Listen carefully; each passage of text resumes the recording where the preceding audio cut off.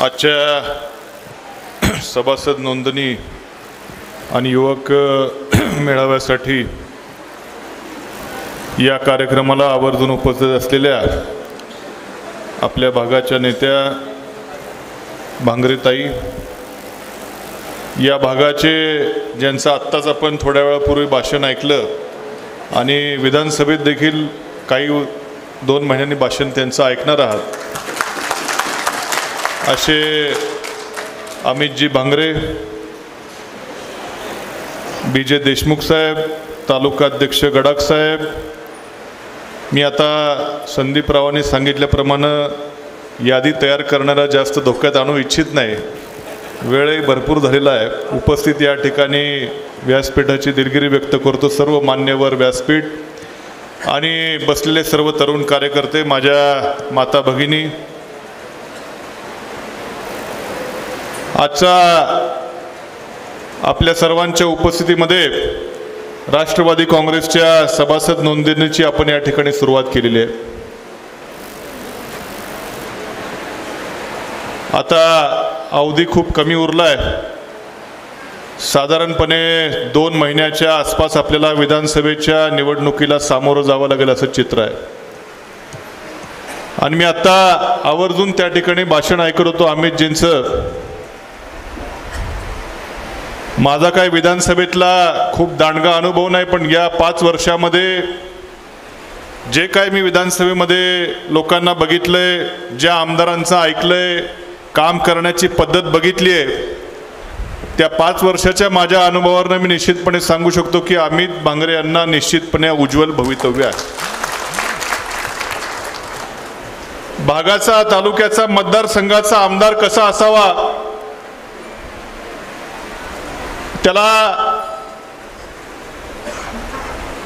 मतदारसंघातल्या लोकांची नाळ जुळलेली असावी. आपले प्रश्न काय आहेत, आपल्या अडचणी काय आहेत, आपल्या भावना काय आहेत, या आपल्या भावनांची समरस होणारा असावा. आणि त्याचबरोबर मतदारसंघात काय चाललंय आणि मतदारसंघ भविष्यात कुठं नेऊन घ्यायचा आहे, जगाचा देखील अनुभव असावा. जगामध्ये काय नवीन चाललंय, काय आपण जगातल्या नवीन तंत्रज्ञान इकडे आणू शकतो, म्हणजे पाय ज्याचे जमिनीवर असेल आणि झेप ज्याची आकाशाकडे बघायची दूरदृष्टी ज्याची असेल, असा माणूस हा निश्चितपणे आपल्या मतदारसंघाला न्याय देऊ शकतो. आणि या व्याख्येमध्ये अमित भांगरे हे अत्यंत त्या ठिकाणी बसतात.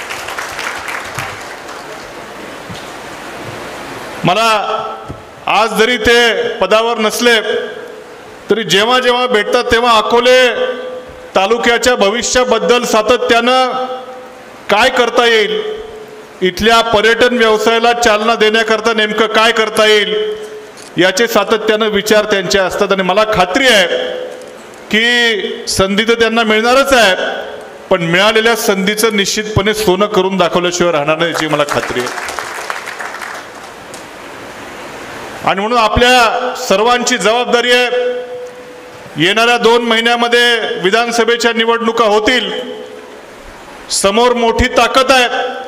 आज भारतीय जनता पक्षाच्या लोकसभेच्या निवडणुका आपण जर बघितल्या असतील, किती सत्ता संपत्ती सर्वांचा वापर करून खरं निवडणुका लढवल्या गेल्या आपण बघितल्या. आणि म्हणून किती मोठी ताकद असेल तरी देखील तुमच्या सर्वांची साथ असेल तर निश्चितपणे विजय आपला काय दूर नाही. आणि आपला तालुका हा निश्चितपणे पुरोगामी विचारांचा तालुका आहे. आज अक्षरशः देशामध्ये, राज्यामध्ये सगळीकडे जातीवादाचं विष पेरलं जात असताना देखील खरं मला अभिमान आहे की या नगर जिल्ह्यामध्ये अकोले तालुका असा आहे की जो शाहू फुले आंबेडकरांच्या विचारावरती चालणारा तालुका आहे आणि पुरोगामी विचार पुढे नेण्याचं काम आपल्या तालुक्यामध्ये होतं. खरं लोकसभेच्या निवडणुकीमध्ये किती आपल्याला लीड मिळालं, इथं 54,000चं मताधिक्य. मला वाटतं बाकी संगमनेर आणि अकोले सोडलं तर बाकी ठिकाणी थोडी परिस्थिती अवघड होती, पण मात्र अकोले तालुक्यामुळं खरं लोकसभेमध्ये महाविकास आघाडीचा एक खासदार जाऊ शकले, याचं मोठं श्रेय अकोले तालुक्याला आणि तुम्हा सर्वांना त्या ठिकाणी आहे. आणि हीच ताकद आपल्याला विधानसभेच्या निवडणुकीत देखील दाखवून देण्याची वेळ पुढच्या 1.5-2 महिन्यामध्ये असणार आहे. खरं मागच्या 5 वर्षापूर्वी माझ्या मतदारसंघात तर अशी परिस्थिती होती की मला आमचा सातत्यानं 3दा पराभव झाला होता, चौथ्यांदा लढवावे की नाही.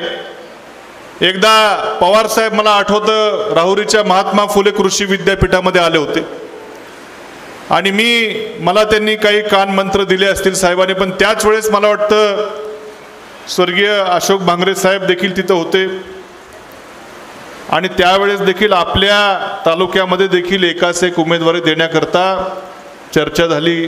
मी पण तिथं होतो, फाळके दादा होते, संदीपराव होते, सगळे त्या ठिकाणी होते.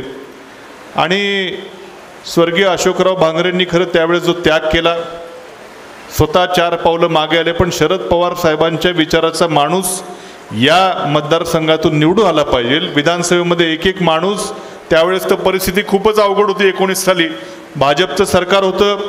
अक्षरशः लोक सांगायचे की राष्ट्रवादी काँग्रेसची 20च आमदार निवडून येतील, कोणी सांगायचं 15च्या पुढे आकडा जाणार नाही, अशी परिस्थिती होती. अक्षरशः सगळे पळून चालले होते तिकडं. भले भले लोक राज्यामध्ये, तुमच्याकडेही तेच चालू होतं, राज्यात तेच चालू होतं आणि म्हणून अक्षरशः 20 लोक येतील की नाही अशी त्यावेळेस विचार होता. पण मात्र आपण सर्वांनी त्यावेळेस एकाच एक उमेदवारी केली.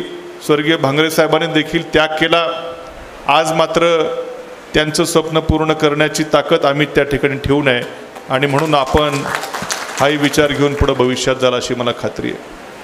खरं मी जास्त बोलणार नाही, कारण आता मलाही जरा पुढं कार्यक्रम आहे. आपल्या सर्वालाही तिकडचे वेध लागलेले, बरेच जण तिकडूनही भाषण ऐकतायत. पण मात्र विकास झाला अशी जर काय चर्चा होत असेल तर माझं तुम्हाला एक म्हणणं आहे, विकास ठीक आहे, विकास ही निरंतर चालणारी प्रक्रिया आहे, ती होत असते. पण विकासापेक्षा महत्त्वाचा मात्र विचार त्या ठिकाणी आहे. कुठल्या विचारावरती आपण चालणार आहोत. विकास कधी कधी नीतिमत्तेला धरून जर नसेल, नैतिकतेला धरून जर नसेल तर असा विकास देखील काही कामाचा नसतो मित्रांनो. पण मात्र चांगल्या विचारांनी, पवार साहेबांच्या विचारांनी भविष्यामध्ये याच्यापेक्षा जास्त विकास आपण त्या ठिकाणी करू. मित्र, मी याची त्या ठिकाणी खात्री आपल्याला देऊ शकतो.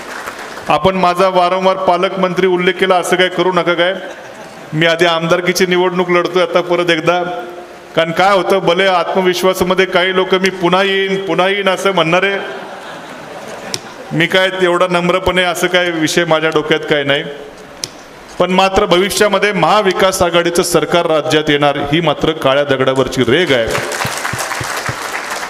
आणि खरं महाविकास आघाडीचं सरकार 2.5 वर्षामध्ये असताना, ठीक आहे, दुर्दैवानं आपल्याला करोनामध्ये लोकांचा जीव वाचवण्यामध्ये त्यावेळेस ती प्रायोरिटी होती आपली. त्यावेळेसची परिस्थितीच अशी होती की PWD खात्याला देखील आपण पैसे देऊ शकत नव्हतो, रस्त्याला पैसे देऊ शकत नव्हतो. पहिली प्रायोरिटी होती की माणसांचे जीव वाचवणं, ही त्यावेळेस आपली प्रायोरिटी होती. आणि आदरणीय उद्धवसाहेब ठाकरेंच्या, आदरणीय पवार साहेबांच्या नेतृत्वाखालच्या महाविकास आघाडी सरकारनं करोनामध्ये जी कामगिरी केली याची जगानं दखल घेतली. मी म्हणत नाही की त्यावेळेस सगळं काय आलबेल असं, कारण रोगच त्या ठिकाणी असाध्य होता. पण मात्र ज्या पद्धतीने उद्धव साहेबांनी करोनाशी त्या ठिकाणी लढले, सामना केला, अक्षरशः काही राज्यामध्ये आपण बघितलं की प्रेत त्या ठिकाणी वाहून जात होती. अशी वेळ तर महाराष्ट्रावर आली नाही. पण दुर्दैवानं आपल्या सत्तेच्या काळामध्ये आपल्याला माणसांचे जीव वाचवण्याकरता प्रयत्न करावे लागले. आज या ठिकाणी विकासाच्या नावाखाली काही कामं झाल्याचा बऱ्याचदा तालुक्यामध्ये खरं आवाज उठवला जातो. पण मात्र इथं आपलं महाविकास आघाडीचं सरकार असताना खिरविऱ्याचं जे सबस्टेशन आहे ते आपण त्या ठिकाणी पूर्ण करू शकलो. पण इतर सबस्टेशनच्या बाबतीत मात्र एक आपल्या महाविकास आघाडीच्या सरकारमध्ये ACF फंड म्हणून आणला होता, आपणच त्या ठिकाणी फंड आणला होता. आणि त्या महाविकास आघाडी सरकारच्या काळामध्ये अमितराव बेलापूरला आपण एक सबस्टेशन ACF फंडामधनं मंजूर केलं होतं. त्याची प्रक्रिया अशी असते की त्या कृषी धोरण 2020 आपणच आणलं होतं आणि त्यावेळेस पालकमंत्र्याच्या सहीनी ते जातं. मीच पालकमंत्र्यांना यादी दिली होती, त्यामध्ये हे नाव टाकलं होतं, माझ्या हातानेच टाकलं होतं आणि सबस्टेशन मंजूर झालं.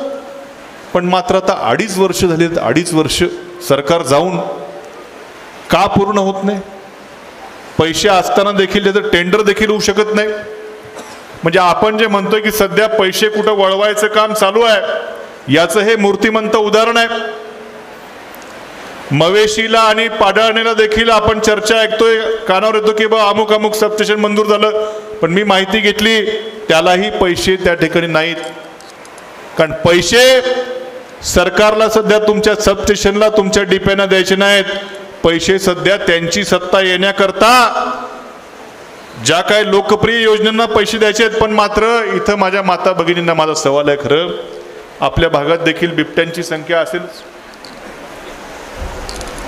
आमचा लाडका दाजी रात्री रात्री शेतामध्ये पाणी भरायला जातो, दिवसा वीज. आमच्या लाडक्या दाजीला जर का आपल्याकडे 8 दिवस दिवसाना 8 दिवस रात्रीचं अशीच असतं ना वीज. महाविकास आघाडी सरकारच्या काळामध्ये देखील आम्ही बरेच प्रयत्न केले, पण त्यावेळेस आम्हाला मंत्रिमंडळाच्या बैठकीमध्ये काही लोक सांगायचे अरे काटकसर करा. आता काही लोकांचं नाव मी इथं घेत नाही, पैसे नाहीत सरकारकडे, पैसे नाहीत. 2000 कोटी 3000 कोटी म्हणजे खूप वाटायचे, पण मात्र आता या सरकारच्या काळामध्ये स्वतःचं सरकार परत येण्याकरता लोकप्रिय योजनांकरता 45,000 कोटी रुपये तुम्ही देता. 45,000 कोटी. किती शून्य झाले 45 वर. मला इथं आपल्याला शेतकरी बांधवांना विशेष करून सांगायचं की त्यावेळी अशा आकडे म्हणजे आम्हाला वाटत अरे काय. आणि त्यावेळी आमचेच नेते आज जे आमच्या बरोबर नाहीत ते मंत्रिमंडळाच्या बैठकी असे ओरडायचे की आम्ही गप्प बसायचो. अरे पैसे नाहीत म्हटलं ना तुला. आज मात्र 45,000 कोटी लोकप्रिय योजनावर तुम्ही खर्च करता. एकच मी सांगू इच्छितो की शेतकऱ्याला जर दिवसा वीज द्यायची असेल, दिवसा वीज आपण का देऊ शकत नाही सध्या सरकार, कारण की दिवसाची वीज महावितरणला विकत घ्यायला जरा रेट जास्त पडतो, रात्रीची वीज जरा स्वस्तामध्ये मिळते आणि दिवसाची वीज घ्यायला गेलो तर खूप चढ्या भावानं घ्यावी लागते. पण मात्र 45,000 कोटी आमच्या बहिणींकरता द्या, त्याच्याबद्दल आमचं काही दुमत नाही. आम्ही आल्यावर आणखीन चांगली योजना राबवू. पण 45,000 माझ्या लाडक्या बहिणींना सवाल आहे. 45,000 कोटी काय अडचण नाही, पण आमच्या लाडक्या दाजीचं करता फक्त एक 4-5 हजार कोटी जर राज्य सरकारने दिले तर एका मिनिटामध्ये लगेच सगळ्या शेतकऱ्याला दिवसा वीज त्या ठिकाणी द्यायची व्यवस्था होऊ शकते. मी बऱ्याच ठिकाणी आमच्या बहिणींना विचारतो, बहीण म्हणते नाही दाजीला द्या. पण मात्र सरकारला सध्या सत्तेमध्ये यायचंय. हे सरकार परत आलं तर ही योजना राहील की नाही हे देखील मला माहित नाही. काय निवडणुकीच्या तोंडावरती आणलेल्या सगळ्या योजना आहेत. आणि म्हणून महाविकास आघाडीचं सरकार आल्यावरती निश्चितपणे आपण त्या ACFच्या फंडाच्या माध्यमातून DP करता वगैरे पैसे देण्याची व्यवस्था होती. एखादी DP ओव्हरलोड झाली तर आमदारांना आपण त्यावेळी अधिकार दिले होते, आमदारांना आणि खासदारांना, की एखादी DP ओव्हरलोड झाली असेल तर ते ACF फंडाच्या माध्यमातून तुम्ही सुचवा. मला माहीत नाही इथं किती DP झालं काय नाही, पण माझ्या मतदारसंघामध्ये मात्र त्याच, मी मंत्री नाही पण आमदार म्हणून 300 कमीत कमी DP फक्त राहुरी तालुक्यात केल्या. 300 ओव्हरलोड DP झाले तर त्या फंडामधून. पण दुर्दैव असं आहे की महाविकास आघाडीचं सरकार गेल्यावरती त्या ACF फंडामध्ये ज्या फंडाच्या माध्यमातून शेतकऱ्याला ओव्हरलोड झालेले DP आपण देऊ शकत होतो, ज्या फंडाच्या माध्यमातून एखादं सबस्टेशन ओव्हरलोड असेल तर त्या सबस्टेशनची कॅपॅसिटी आपण वाढवू शकत होतो, ज्या फंडाच्या माध्यमातून एखादं नवीन सबस्टेशन आपण करू शकत होतो, भारतीय जनता पक्षाच्या सरकार सत्तेवरती आल्यानंतर तो ACF फंडच बंद करून टाकला. त्याच्यामध्ये 2000 कोटी रुपये शिल्लक होते. ज्या 2000 कोटी रुपयाच्या माध्यमातून आमच्या शेतकऱ्याकरता नवीन सबस्टेशन होऊ शकलं असतं, एखादी DP ओव्हरलोड असेल नवीन DP होऊ शकली असती. ते 2000 कोटी रुपये शिल्लक असताना देखील भाजपच्या सरकारनं ती योजना बंद केली. मी स्वतः विधानसभेमध्ये 2दा प्रश्न विचारला पण उत्तर मात्र गुळमुळीत आलं, काही उत्तर सरकार देऊ शकलं नाही. असं हे सरकार त्या ठिकाणी चालू आहे. आणि म्हणून शेतकऱ्याचा विचार करणारं सरकार, आमच्या सर्व आदिवासी बांधवांचा विचार करणारं सरकार हे निश्चितपणे महाविकास आघाडीचं सरकार आल्यानंतर होणार आहे. निळवंडे धरणाच्या बाबतीमध्ये सातत्यानं आम्ही तुमचे फोटो बघत असतो की लोकांच्या घरामध्ये पाणी जातंय, कुठं शेतामध्ये पाणी जातंय. तुम्ही सातत्यानं उभं राहिले लोकांकरता आम्ही बघत असतो फेसबुकवर, पेपरमध्ये. खरं निळवंडे धरण हे ठीक आहे, धरण होणं, कालवे होणं ही काळाची गरज आहे, पण मात्र या धरणाच्या कालव्यांची कामं भाजपच्या पूर्वीच्या सरकारच्या काळामध्ये अक्षरशः मंत्री यायचे आमच्याकडं. राहुरी तालुक्यातही कालवे जातात आमच्याकडं, तर दोनदा त्या जलसंपदा मंत्री यायचे, फोटो बिटो काढायचे, भाषणं करायचे, मशीनला नारळ फोडायचे. मंत्री गेला की 5 दिवसांनी मशीने निघून जायचं, पैसेच नाहीत. महाविकास आघाडी सरकारच्या काळामध्ये मला वाटतं 1250 कोटी रुपये हे जलसंपदा मंत्री जयंत पाटील साहेबांच्या कालावधीमध्ये त्या निळवंडेच्या कालव्यांकरता देण्यात आले. ही वस्तुस्थिती आहे. भाजपच्या लोकांनी समोरासमोर येऊन आकडेवारी द्यावी आणि त्यावेळेस दर्जेदार कामं त्या कालव्यांची करण्याची पाटील साहेबांची सूचना होती. पण मात्र सरकार गेल्यानंतर या कालव्यांचं घाईघाईने उद्घाटन लोकसभेच्या निवडणुकीच्या अगोदर काही लोकांना करायचं होतं. खरं तर या देशाच्या पंतप्रधानांचाही अपमान आहे की अरे जे कालवे, जो प्रकल्प पूर्ण झाला नाही, आमच्याकडे उजव्या कालव्याचं कामही बाकी होतं, पण मात्र घाईघाईनी लोकसभेच्या निवडणुकीमध्ये मतदान घेण्याकरता पंतप्रधानांच्या हस्ते जो प्रकल्पच अपूर्ण आहे त्याचं उद्घाटन त्या ठिकाणी केलं. आणि अक्षरशः त्या कालव्याला लाईनिंग नाही, पाणी तुमच्या शेतामध्ये घुसतं, इतकी घाई कशा करता त्या ठिकाणी केली. अक्षरशः मला आठवतंय महाविकास आघाडीचं सरकार गेल्यावरती 6 महिने कालव्यांची कामं बंद होती. नवीन त्या ठिकाणी महसूल मंत्री झाले आणि मुरुम कुठे भेटना, कोणी साध्या गोठ्यामध्ये मुरुम टाकला तरी त्याला दंड व्हायचा, इतकं कडक झालं. त्याचा फटका निळवंडे धरणाच्या कालव्याला देखील बसला. 6 महिने कामं बंद होती आणि नंतर मात्र तुम्ही घाईघाईमध्ये निवडणुकी करता, हे करण्याकरता जलद गतीने त्या ठिकाणी काहीतरी केलं, थातूरमातूर कामं केली आणि त्याचा फटका अकोले तालुक्यातल्या आमच्या शेतकऱ्याला त्या ठिकाणी बसतोय. आणि म्हणून महाविकास आघाडीचं सरकार हे शेतकऱ्याचा विचार करणारं सरकार, आमच्या आदिवासी बांधवांचा विचार करणारं सरकार. कोविडच्या कालावधीमध्ये आपण आदिवासी बांधवांना खावटी अनुदान योजना राबवलेली आहे. 2000 रुपयाचे किट आणि 2000 रुपये अकाउंटला, ही कर्ज नाही, अनुदान राबवलं होतं. कोविडच्या कालावधीमध्ये अक्षरशः जेव्हा सगळे धंदे बंद होते, नोकऱ्या बंद होत्या, कामं नव्हती, त्यावेळेस महाविकास आघाडी सरकार मदतीला आलं आणि ही योजना त्या ठिकाणी राबवली. भरपूर खरं बोलता येईल, पण आता वेळ आपल्याकडे कमी आहे आणि म्हणून या भारतीय जनता पक्षाचा खरा चेहरा आपण खरं लक्षात घ्या आणि येणाऱ्या कालावधीमध्ये महाविकास आघाडीचं सरकार हे सत्तेवरती येणारच आहे. नुसते अमितराव आपण वीज असेल, पाणी असेल, पाण्याचं तर खरं काय ते जलजीवन मिशन तुमच्याकडे असेल ना काय योजना, ती तर योजना अक्षरशः तुम्हाला सांगतो ते पंतप्रधान येऊन त्याची जाहिरात करतात, हर घर जल, पण मात्र वस्तुस्थिती तशी नाहीच आहे. एकच फक्त माझ्यासारख्या कार्यकर्त्याला प्रश्न पडतो, अक्षरशः बऱ्याच ठिकाणी, तर मला इथलं माहीत नाही पण बऱ्याच ठिकाणी महाराष्ट्रामध्ये ज्या प्रादेशिक पाणी योजना असतात त्या बिलाअभावी बंद पडतात, बिल भरता येत नाही, मग ते कनेक्शन कट करतात. पण मात्र हेच एवढे हजारो कोटी रुपये जलजीवन मिशनची उधळण चालू आहे. हेच पैसे जर या सगळ्या पाणी योजना सौर ऊर्जेवरती आणण्याकरता जर काही खर्च केले असते तर खूप योजना त्या ठिकाणी जिवंतपणा त्या योजनेमध्ये आला असता. पण पैसे कुठं खर्च करायचे याचं यांना भान नाही. उधळपट्टी करायची, स्वतःच्या जाहिराती करायच्या, स्वतःलाच विकास पुरुष म्हणून घ्यायचं, असं या भाजपच्या लोकांचं, महायुतीच्या लोकांचं काम आहे. आणि म्हणून हे सरकार खाली खेचण्याची वेळ आपल्या सर्वांवरती जबाबदारी आहे. आणि म्हणून येणाऱ्या विधानसभांच्या निवडणुकीमध्ये मला खात्री आहे की अमित भांगरेंसारखा तरुण त्या ठिकाणी निश्चितपणे एक चांगलं कर्तबगारीचं काम आपल्या तालुक्यामध्ये करून दाखवेल आणि महाविकास आघाडीचं सरकार हे निश्चितपणे पाठीशी राहील असा आत्मविश्वास या निमित्तानं व्यक्त करतो. आणि आपण सर्वजण एवढा वेळ थांबलात, मलाही यायला थोडासा उशीर झाला, त्याबद्दलही दिलगिरी व्यक्त करतो. थांबतो. धन्यवाद. रामकृष्ण हरी. धन्यवाद दादा. नक्कीच आपण म्हणल्याप्रमाणे दादा ही सामान्य जनता शेतकऱ्याचं सरकार आणणारच आहे आणि आम्ही दादांना देखील आमदार करणार आहे आणि आपल्याला देखील पालकमंत्री करणार आहे. आपल्या सर्वांचं उपस्थितांचा आभार मानण्यासाठी मी अकोले तालुका राष्ट्रवादी काँग्रेसचे सेक्रेटरी विकासजी बंगाळे यांना विनंती करतो की आपण उपस्थितांचा आभार व्यक्त करावा.